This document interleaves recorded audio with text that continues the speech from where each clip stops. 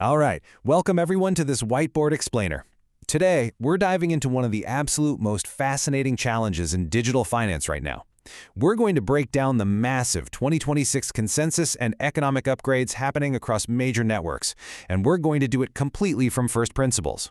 We're basically looking at the foundational architecture of the future economy. We're going to strip away all the noise to deconstruct exactly how these networks are battling two core bottlenecks of a world computer: technical efficiency and economic sustainability.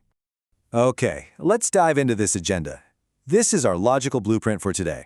We'll hit 1. The global scale imperative. 2. Alpenglow, the technical war. 3. Moving votes off-chain. 4. ATOM, the economic war.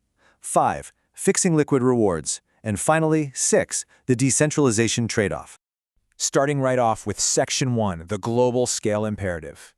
Before we even look at the engineering, we really have to ask the ultimate first principles question.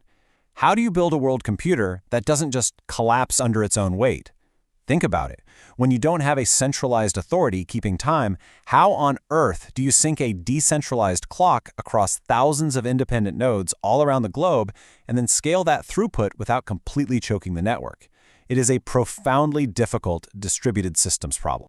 To really grasp the target these networks are aiming for, you need to know the magic number. And that number is $150 trillion. That is the annual settlement volume of the SWIFT network.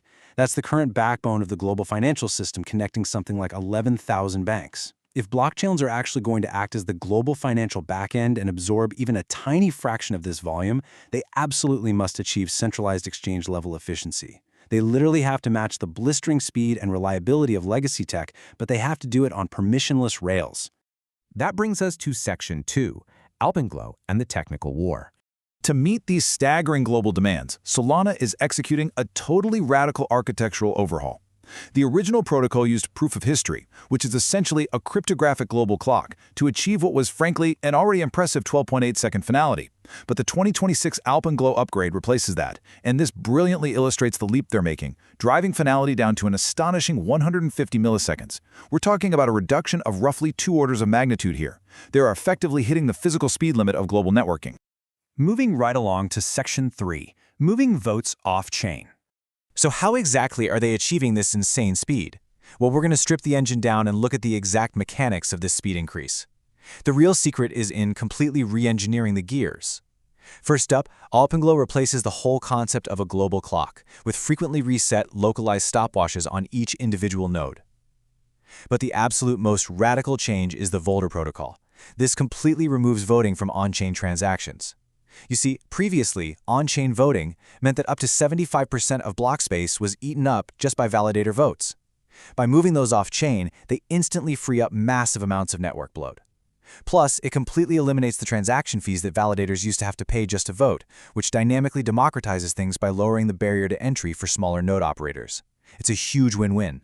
Let's move to and see how this builds a highly resilient system, even under intense duress. They've built this clever dual voting mechanism. Step 1 is the fast voting procedure. Basically, if 80% of the network stake notarizes a block, boom, it achieves that blistering 150 millisecond finality. But running right alongside it in parallel is Step 2, the slow voting backup.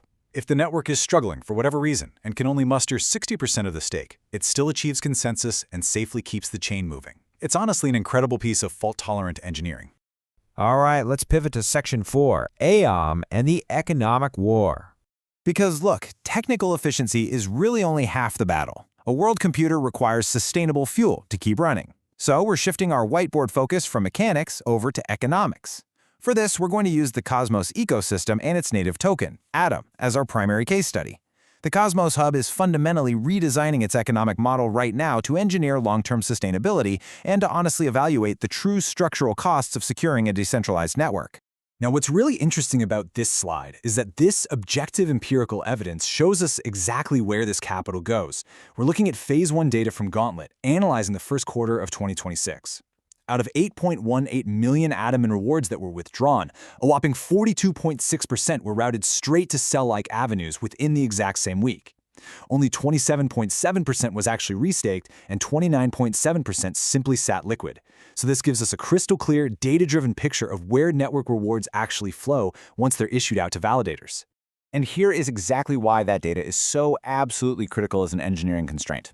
The Cosmos Hub is exposing a liquid reward footprint that is 3.6 times higher than peer networks like Near. It's actually 5.7 times higher than Ethereum. Even if you argue that reward-driven selling isn't the only thing driving price, inflating your supply at this magnitude is a massive structural inefficiency. It's a core economic bottleneck that absolutely, unconditionally must be solved if the network is going to remain sustainable over decades.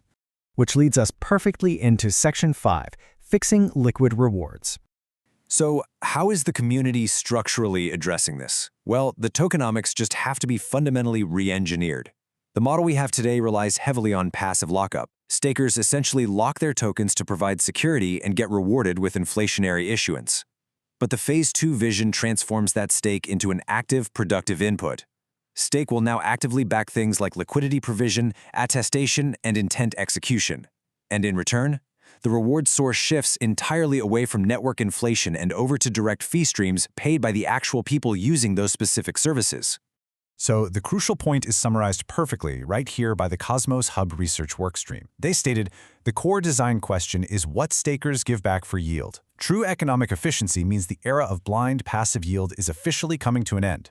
For a world computer to genuinely thrive, the capital securing it must deliver a concrete working service in exchange for its rewards. And finally, Section 6, the decentralization trade-off. As we pull all of these concepts together, we have to face the ultimate, sober reality of this early crypto adoption. Reaching the kind of scale required for a global financial backend demands sacrifices. In systems engineering, the absolute holy grail is reaching what's called asymptotically optimal throughput. It's a rigorous technical term, but it basically describes a system state where a network's performance parameters, things like speed and latency, stay perfectly constant, even as the load placed on the network increases exponentially.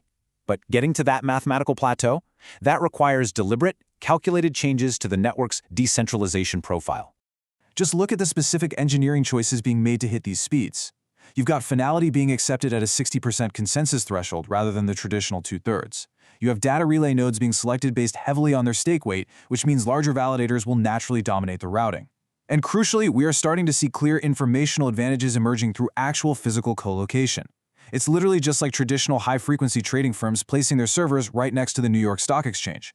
Validators are now co-locating their hardware to get block data just milliseconds faster. And look, these aren't moral failings. They are simply the objective engineering realities of pushing these permissionless systems to their absolute physical limits.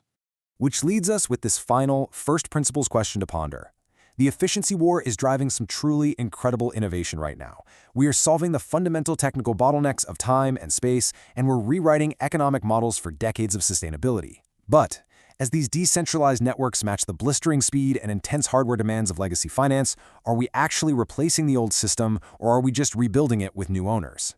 That right there is the defining philosophical cost of winning the efficiency war. Thanks so much for joining me for this explainer, and I highly encourage you all to keep questioning the architecture of the systems being built around us.